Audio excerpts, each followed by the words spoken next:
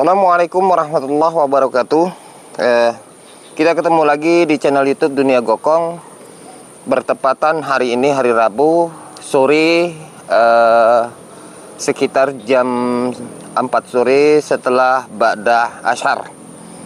Alhamdulillah, hari ini kita ada di lokasi, di tempat konten yang pernah kita mengungkap sejarah, yaitu mendapatkan batu di dalam pohon gelam, dan termasuk juga pemiliknya yang kita berikan sebagai cenderamata. Dan kita juga mengungkap sejarah di lokasi ini. Alhamdulillah, kita banyak sekali mendapatkan unsur-unsur sejarah.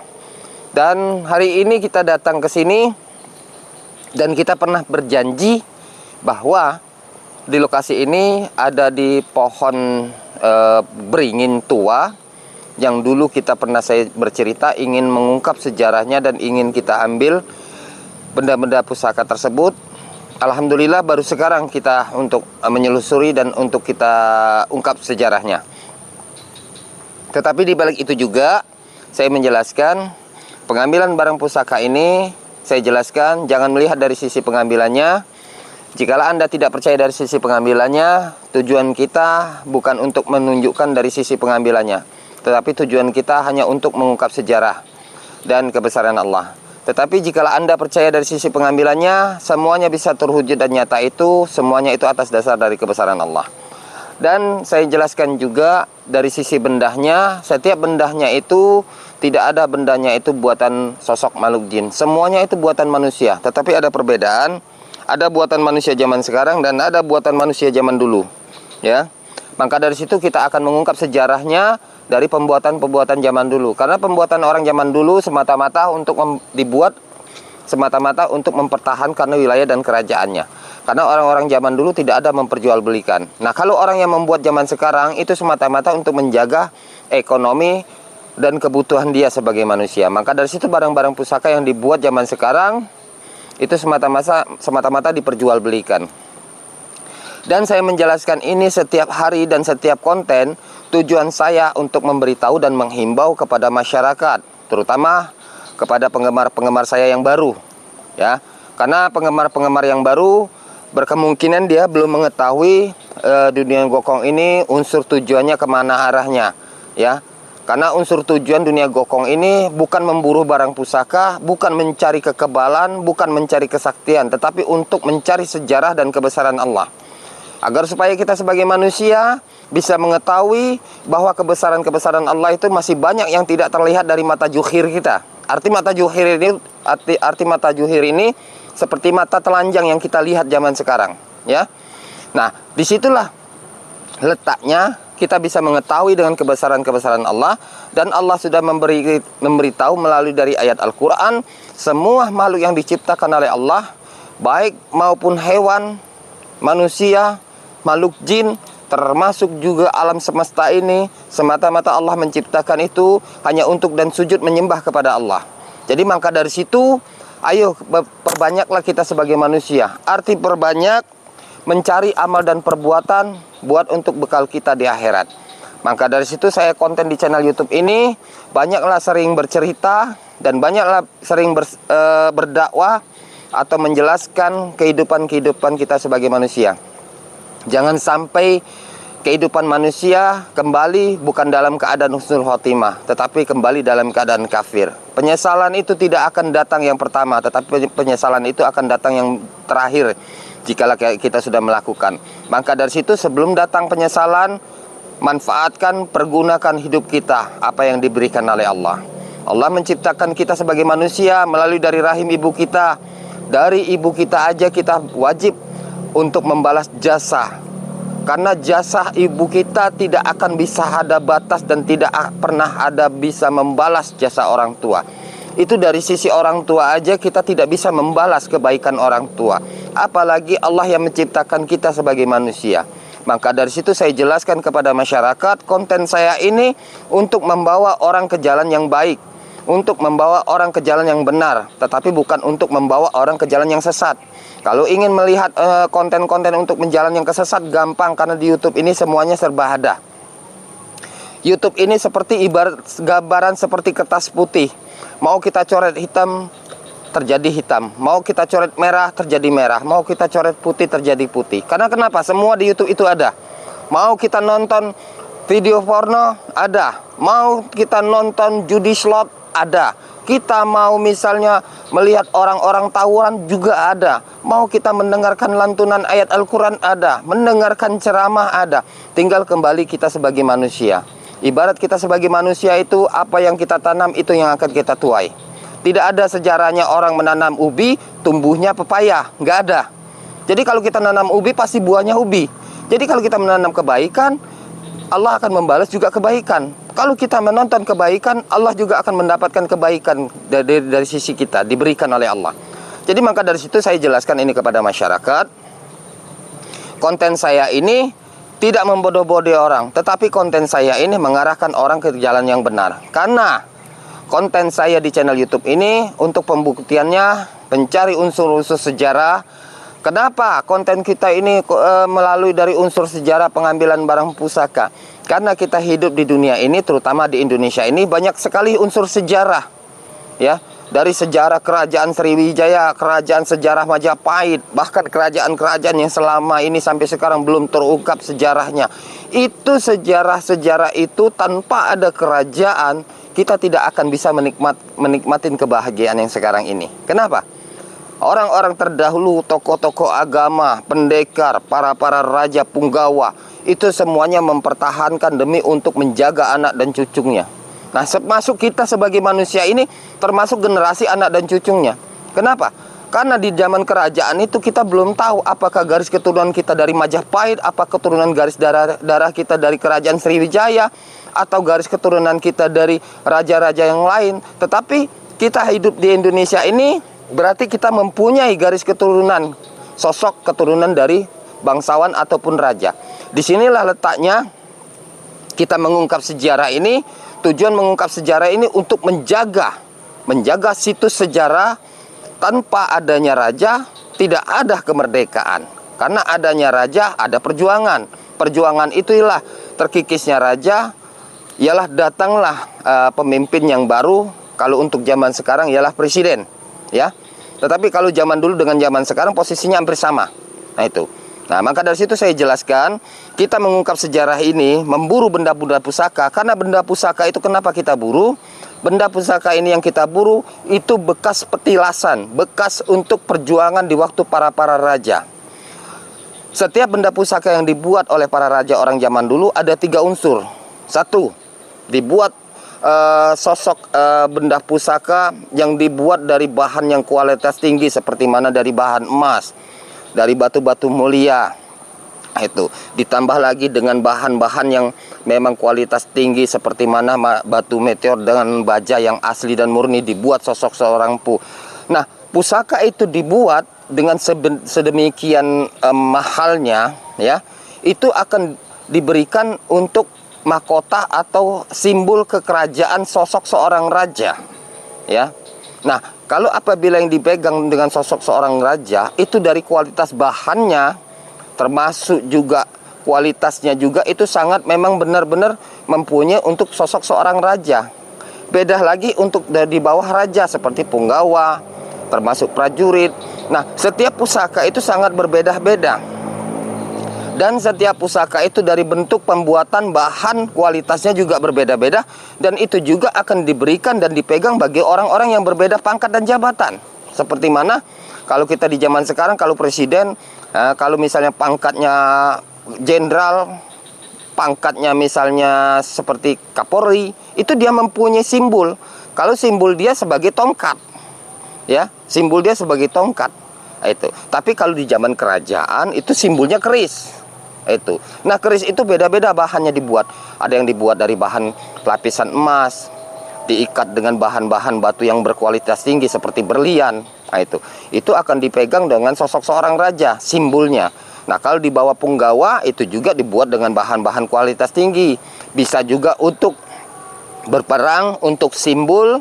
Nah, ada juga sebagian benda pusaka juga yang dibuat sengaja untuk berperang, tetapi dia tidak ada simbol unsur kekuatan dari sosok makhluk gaib. Nah, saya jelaskan, benda pusaka yang tidak ada mengandung unsur makhluk gaib atau makhluk jin yang bersarang di dalam pusaka tersebut, dia tidak akan masuk ke alam lain. Dan dia tidak akan masuk ke alam gaib. Kenapa? Karena benda itu sejenis benda yang mati. Ya. Jadi benda yang mati tidak akan bisa masuk ke alam lain, ke alam gaib. Kenapa? Karena dia akan terkubur di bawah tanah.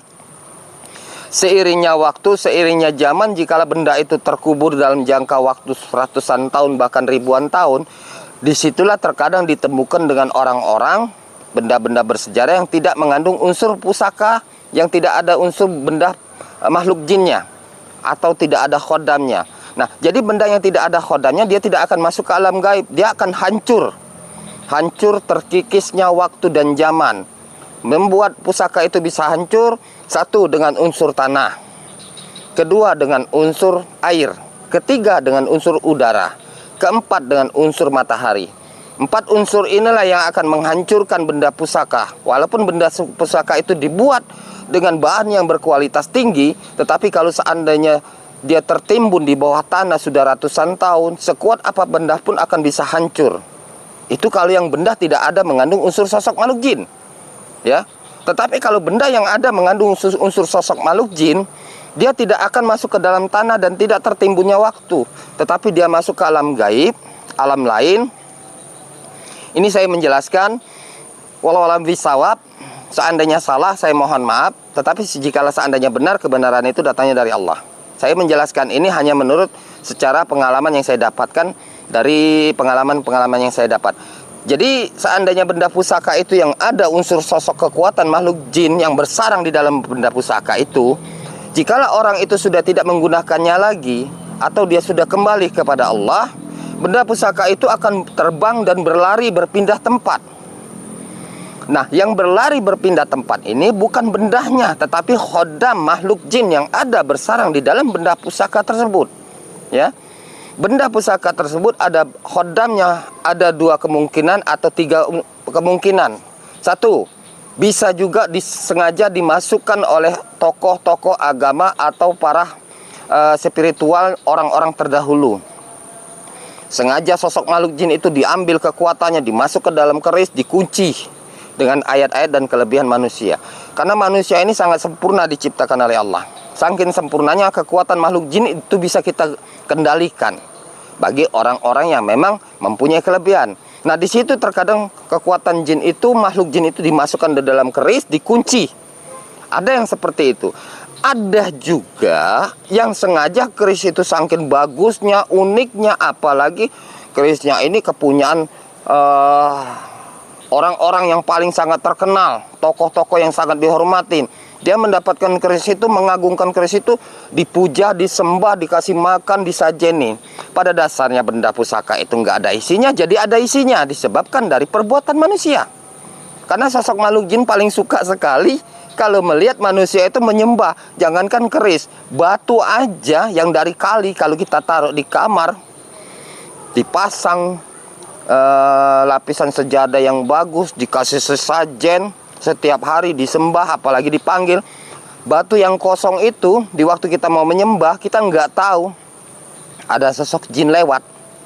Dilihat, orang ini gila, nah, nyembah batu. Daripada gua nganggur, nggak ada kerjaan, mending kerjai dia. Masuklah jin itu ke dalam benda pusaka itu, menunjukkan kelebihannya, bergeraklah, masuki dalam mimpi lah. Benar, yang kamu sembah itu ialah saya. Padahal sosok makhluk jin itu ingin menyesatkan kita. Ya. Nah, disitulah benda yang kosong bisa ada akibat dari perbuatan kita. Ada yang seperti itu. Ada juga yang memang sengaja benda dibuat, disembah sebagaimana Tuhan. Ya. Karena saya jelaskan, agama yang pertama kali turun di dunia ini, ya, itu banyak, itu agama yang untuk di Indonesia yang pertama kali turun di Indonesia ini, banyaklah yang pertama agama Buddha. Itu. Jadi agama yang paling tertua ialah Buddha. Agama Islam paling terakhir, tetapi agama Islam yang paling terakhir, tetapi agama yang paling dimuliakan dan akan selamat dunia dan akhirat ialah Islam. yang diturunkan melalui dari baginda besar Nabi besar kita Muhammad sallallahu alaihi wasallam, termasuk juga Al-Qur'annya. Maka dari situ orang-orang di Indonesia ini dia lebih diutamakan adat dan budaya daripada agama. Kenapa? Karena adat dan budaya itu disebabkan dari sisi agama. Agama yang pertama kali datang ialah Buddha. Itu. Jadi adat dan budaya tidak bisa dipisahkan, tetapi Islam sangat bijak, adil dan makmur, dan Islam mengajarkan untuk mencari kebaikan bukan keburukan. Selagi adat dan budaya itu tidak menyimpang dari syariat Islam, Islam tidak pernah melarang. Nah, itu. Maka dari situ saya jelaskan lagi, benda pusaka yang terkadang, kenapa itu yang diambil benda pusaka itu masih terjaga dan rawat? Karena walau alam bisawab, di alam gaib itu tidak ada matahari, tidak ada hujan, ya, dan tidak ada sifatnya angin. Seperti mana kalau kita menjelang badah maghrib, antara terang dengan gelap. Disitulah di alam gaib. Maka dari situ di alam gaib itu setiap benda-benda pusaka selalu terjaga dan rawat. Walaupun sudah ribuan tahun tetapi tetap benda pusaka itu masih terjaga dan utuh. Ini yang kita jelaskan pemirsa. Mohon maaf kalau seandainya penjelasan saya ini salah, saya mohon maaf. Tapi kalau penjelasan saya ini benar, semuanya itu datang dari Allah. Maka dari situ saya jelaskan ini, konsep kita di channel YouTube Dunia Gokong ini tujuan untuk mengungkap sejarah. Banyaklah saya bercerita daripada pengujutannya. Karena kenapa? Karena saya ingin menjelaskan kepada masyarakat. Jadi benda pusaka ini ada 3 unsur. 1, dibuat untuk raja. 2, wakil raja. 3, untuk rakyat atau prajurit yang memang sengaja berperang. Maka dari situ terkadang kerisnya itu berbeda-beda. Ada keris motifnya nggak ada motif, polos, tapi bahannya dibuat dari bahan batu meteor dan baja yang sangat berkualitas tinggi, ya. Dengan senjata apapun, dengan pedang tidak akan bisa mempan. Bahkan pedang itu bisa patah dengan kekuatan keris itu. Nah, kekuatan keris itu bukan dari khodam atau makhluk jinnya, tetapi dengan bahan yang dibuat dengan kualitas tinggi. Ketajamannya melebihi dari silet. Maka dari situ benda yang seperti itu dipakai untuk berperang, untuk melawan penjajah. Ada juga benda pusaka yang dibuat untuk simbol kerajaan. Karena dibuat itu hanya satu yang dibuat, karena agar supaya masyarakat dan prajuritnya mengetahui bahwa kalau mempunyai simbol keris yang seperti itu berarti sosok seorang raja walaupun dia berpakaian biasa. Jadi disinilah letaknya permisa. Saya menjelaskan, kita mengungkap ini, pengambilan barang pusaka ini semata-mata hanya untuk mengungkap sejarah dan untuk menunjukkan kebesaran Allah. Agar supaya konten-konten kita ini bermanfaat baik untuk diri saya maupun untuk saudara-saudara saya yang menonton di channel Dunia Gokong ini. Maka dari situ kita menyukai benda pusaka, menyukai batu, menyukai keris, menyukai benda-benda apapun yang bekas peninggalan atau petilasan raja-raja kita dulu, wajib dan pantas kalau kita menjaga dan merawatnya.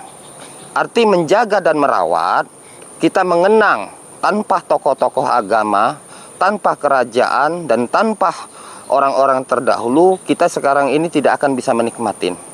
Maka dari situ kita mengagumi dengan perjuangan, semangat, kegigihan orang-orang terdahulu. Disitulah kita harus menghargai. Seperti mana kita mempunyai orang tua, menghargai orang tua. Walaupun orang tua sudah kita kembali kepada Allah, keramatullah, tetapi tanpa orang tua, tanpa jasa orang tua, kita tidak bisa hidup dan kita tidak bisa bahagia. Maka dari situ kita sebagai anak dari ibu yang telah pernah dilahirkan diri kita, wajib dan pantas kita setiap hari untuk mendoakan ibu kita. Kalau kita ingin menjadi anak yang soleh dan soleha, berikanlah doa yang terbaik buat orang tua kita. Walaupun orang tua kita sebejat apapun, seburuk apapun di mata Allah, disitulah keburukan orang tua itu untuk membalasnya, kita sebagai anak, untuk membalasnya mendoakan orang tua kita. Agar supaya orang tua kita kembali ke dalam kubur dan surganya Allah. Jadi saya menjelaskan ini, kita hidup ini semuanya ada unsur sejarah. Tidak ada orang dilahirkan langsung keluar kalung emas 1 kilo. Tidak ada orang lahir dari ibunya keluar langsung keluar pakaian. Tidak. Setiap orang dilahirkan melalui dari rahim ibu kita pasti dalam keadaan telanjang. 1 helai benang pun tidak akan menyentuh di dalam tubuh kita. Jadi kita menunjukkan berarti kita manusia biasa. Manusia yang masih sangat bodoh, yang belum bisa berbicara, belum bisa mengenakan pakaian, belum mempunyai harta. Nah, kita bisa mendapatkan pakaian karena orang tua kita yang memberikan pakaian. Ya, kita bisa berbicara, orang tua kita yang mendidik kita berbicara. Ya, kita bisa mendapatkan rezeki, orang tua yang mendidik kita bisa mendapatkan rezeki. Kita bisa memberikan nafkah, zakat dan fakir miskin, orang tua kita juga yang mendidik kita. Maka dari situ kita sebagai anak, ya, ingin menjadi anak yang soleh, soleha dan soleh, pantas dan wajar kita untuk mendoakan orang tua. Jadi kalau kita ingin selamat dan dunia dan akhirat, ingatlah kita dilahirkan dari mana. Bukan kita dilahirkan dari gedebok pisang, tetapi kita dilahirkan dari rahim ibu kita. Susah payah ibu kita melahirkan, 9 bulan 10 hari menyiksa di dalam rahimnya. Terkadang kita menerajangkan perut ibu kita, ya. Terkadang ibu kita di waktu istirahat tiba-tiba merasa sakit dengan terjangan kita. Ingat, kita itu dilahirkan dari rahim ibu kita 9 bulan 10 hari menyiksa rahim ibu kita. Belum kita nanti keluar, disusuilah. Belum kita disusu itu, terkadang kalau baru mau tumbuh gigi, ya, terkadang tanpa sadar si anak ini menggigit, ya, payudaranya ibu. Ibu tidak pernah membalas, ibu tidak pernah mencekik anaknya. Paling ibunya bilang, aduh sakit nak. Tetapi rasa cintanya yang sangat besar, sakit anak menggigit payudaranya ibu, tidak ada merasakan sakit kebahagiaan yang didapat. Inilah kita letaknya sebagai manusia. Jadi kita sebagai manusia sekarang sudah berumur 40 dan 50 tahun ataupun 60 tahun, tetap kita sebagai anak. Anak dari ibu yang dilahirkan dari rahim ibu kita. Jadi jikalau ibu kita sudah kembali kepada Allah, doakan ibu kita yang terbaik agar supaya di waktu nanti kita kembali kepada Allah sesuai dengan niat dan tujuan kita apa yang kita lakukan di dunia. Oke pemirsa, mungkin itu aja penjelasan dari saya. Saya menjelaskan ini seperti ini agar supaya kita sebagai masyarakat manusia bisa mengetahui hidup ini untuk apa dan untuk apa hidup ini. Karena hidup itu sangat sementara dan sangat sebentar, ya. Baru kemarin 1 tahun, sekarang udah 1 tahun. Baru kemarin lebaran, udah lebaran lagi. Berarti 1 tahun. Kalau kita diberikan panjang umur oleh Allah 75 tahun, berarti cuma 75 kali lebaran. Habis 75 kali lebaran, selesai kita dipanggil oleh Allah. Nah, setelah kita dipanggil di alam kubur, tinggal nanti malaikat Allah aja mencatat banyak dosa atau banyak pahala. Jikalau kita banyak dosa, kerugian yang akan kita dapat.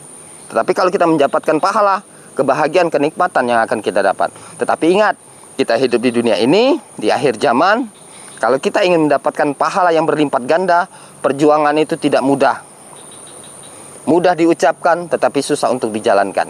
Karena sosok jin, setan, dedemit, antu banyu, gedurwo tidak akan suka melihat orang-orang melakukan perbuatan baik. Terutama, saya jelaskan, terutama bagi sosok makhluk jin yang masuk ke dalam hati manusia, ya. Maka dari situ manusia berkedok setan banyak, ya. Contoh orang yang mempunyai penyakit hati, menzolimi orang, ya, suka dengan orang yang hidup susah. Nah, itu orang-orang yang berteman dengan setan. Jadi orang-orang yang berteman dengan setan itu tidak wajib kita temani dan tidak wajib kita dekatin. Lebih baik kita menjauh, ya. Menjauh itu bukan berarti kita kalah. Menjauh itu bukan kita karena penakut, karena kita untuk menjauhi dari perbuatan orang-orang yang akan sesat. Ini yang kita jelaskan. Oke pemirsa, kita akan melaksanakan pengambilan barang pusaka, yaitu memakai mediator garu, minyak, dan korek. Mudah-mudahan hari ini kita bisa mengungkap sejarah, dan sejarah tersebut bisa kita buktikan dan bisa kita jelaskan untuk masyarakat dan pemirsa. Oke pemirsa, kita akan laksanakan, tapi sebelum itu kita menghidupkan garu dan dupanya dulu. Hari ini konten kita diberikan keberkahan oleh Allah, yaitu diturunkan hujan. Karena hujan itu termasuk keberkahan loh dari Allah. Itu. Jadi kalau kita tidak ada hujan, tidak ada matahari, kita tidak akan bisa hidup bahagia. Matahari untuk kehangatan, hujan untuk menghilangkan dahaga, ya. Jadi selagi Allah masih memberikan 3 unsur, 1 air, kedua matahari, ketiga hujan, berarti insya Allah mudah-mudahan kiamat masih jauh, ya. Tetapi kalau kiamat dapur masih tetap dekat, apalagi kalau belanja nggak cukup. Nah, kiamat itu yang paling susah diatasinya. Kalau sudah menghadapi istri, mulut istri nggak berhenti ngoceh, wah itu kiamat kecil itu. Jadi jangan dilawan, kabur aja, ya. Karena perempuan itu sudah dijelaskan manusia paling terkuat di bumi, ya. Karena kenapa? Karena laki-laki itu nggak berani melawan istri, karena yang nggak tahannya cuma satu. Kalau sudah nggak dikasih jatah, apalagi kalau tidur sudah beradu pantat, wah, pusing itu laki-laki. Itu yang kita jelaskan. Oke pemirsa, kita sudah menghidupkan dupanya. Kita akan masuk ke dalam. Di pohon beringin itu ada 2. Mudah-mudahan pohon beringin, coba kameramen di shooting. Itu pohon beringin 2 itu yang akan kita ungkap sejarahnya pemirsa. Kita coba akan dekatin. Mudah-mudahan yang kemarin kita ungkap sejarahnya, baru sekarang kita melaksanakan. Mudah-mudahan barang-barang pusaka tersebut masih ada. Jikalau masih ada, kita akan ungkap sejarahnya. Oke? Kita bergerak. Ini biar aja di situ. Gak apa-apa situ.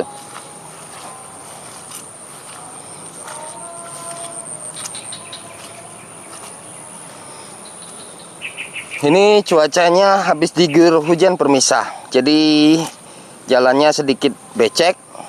Biasanya kalau becek kayak gini yang paling suka demen, 1 pacet, ya. Kedua ya paling serangga yang lain tuh ada anak-anak gabus loh.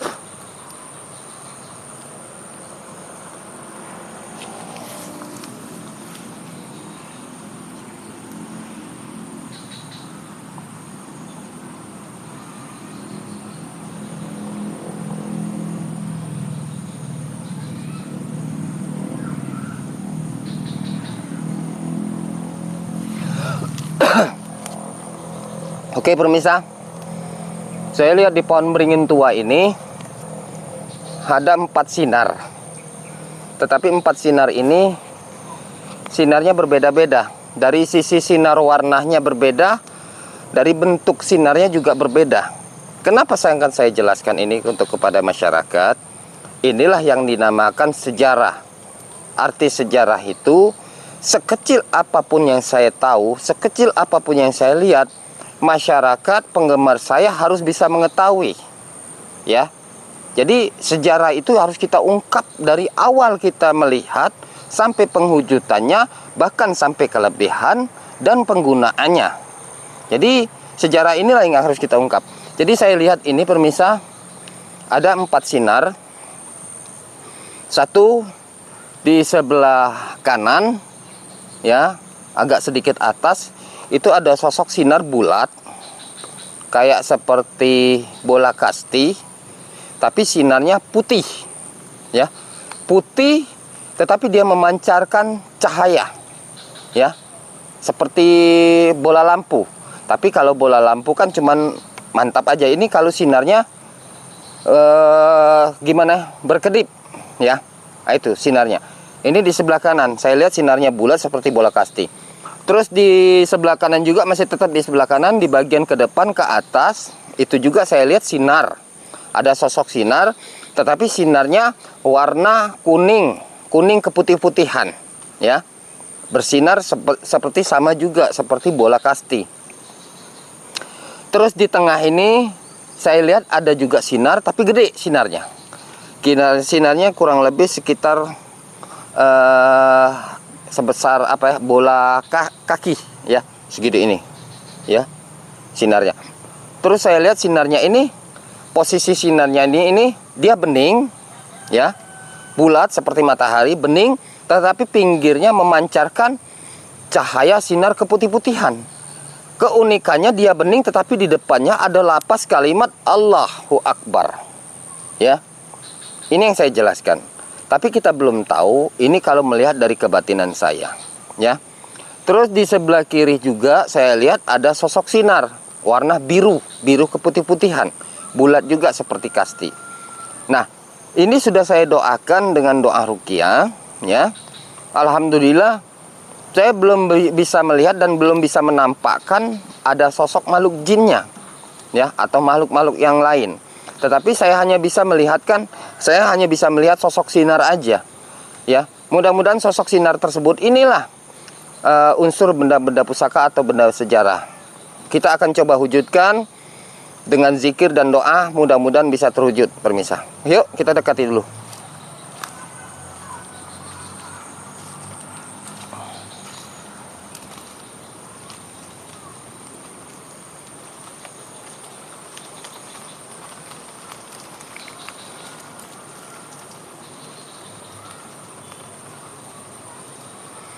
Di sini kita lihat ada sosok sinar putih, pinggirnya tengahnya bening, dan tulisan lapas Allah, ya. Di sebelah sini yang saya bilang tadi sosok putih sinarnya, di sebelah sini sosok agak kebiru-biruhan. Coba kita ambil dari posisi yang di sini aja dulu. Kita ambil yang sosok sinar kalimat Allah. Tapi sebelum kita ambil, satu garunya coba kita taruh di sini dan satu kita taruh di situ. Bismillahirrahmanirrahim.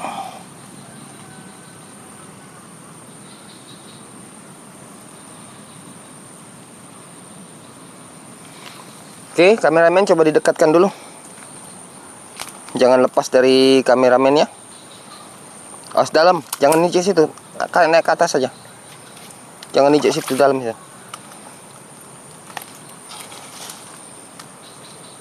Allahu Akbar. Ke atas, ya. Oke, kita akan coba semprot di sini ya permisa. Kita kelilingi dulu. Bismillahirrahmanirrahim. Subhanallah, subhanallah. Subhanallah, subhanallah. Subhanallah, subhanallah. Allahu Akbar. Allahu Akbar.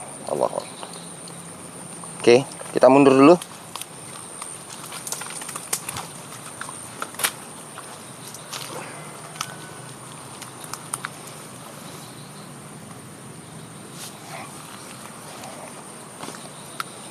Dari sebelah sini. Iya.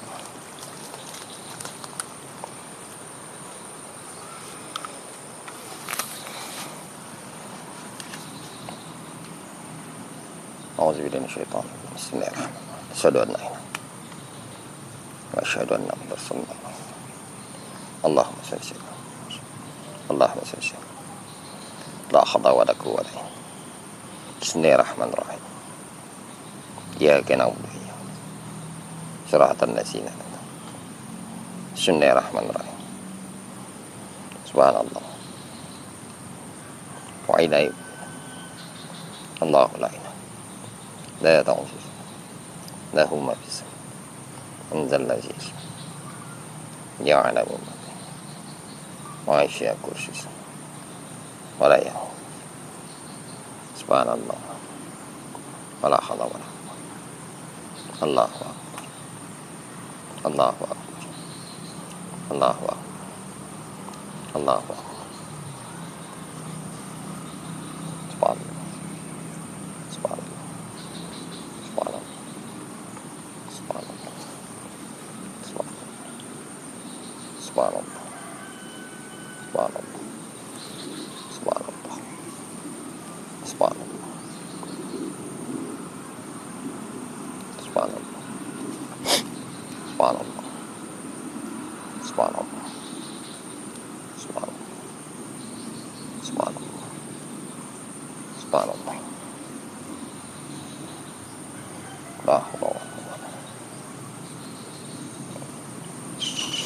Allahu Akbar.